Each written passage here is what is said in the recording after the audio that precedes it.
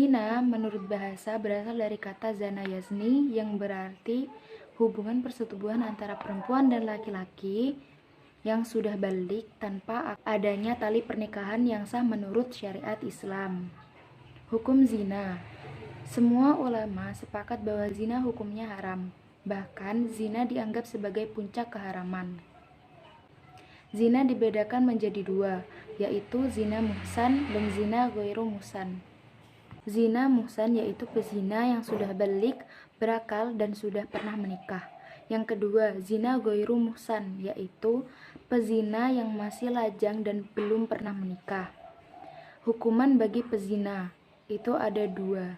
Yang pertama, dera atau pukulan sebanyak 100 kali bagi pezina ghairu muhsan dan ditambah dengan mengasingkan atau membuang pelakunya ke tempat yang jauh dari tempat mereka.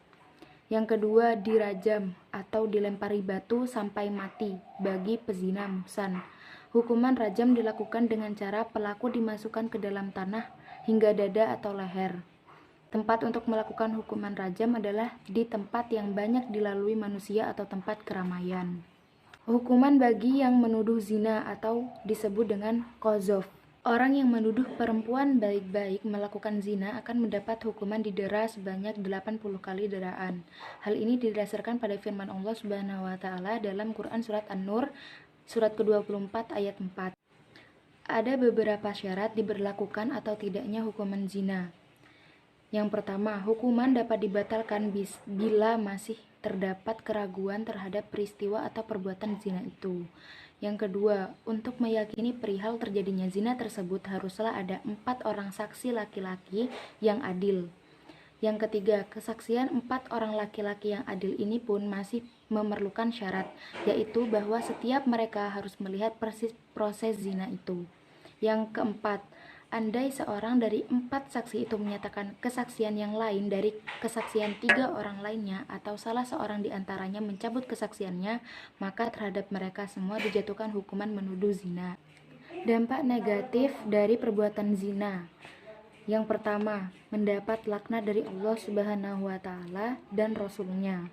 Yang kedua, dijauhi dan dikucilkan oleh masyarakat.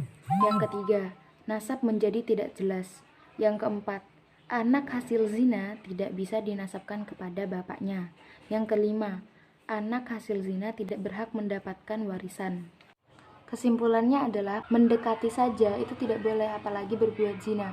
Mendekati zina. Quran surat Al-Isra ayat 32. ولا تقربوا الزنا إنه كان فاحشة وساء سبيلا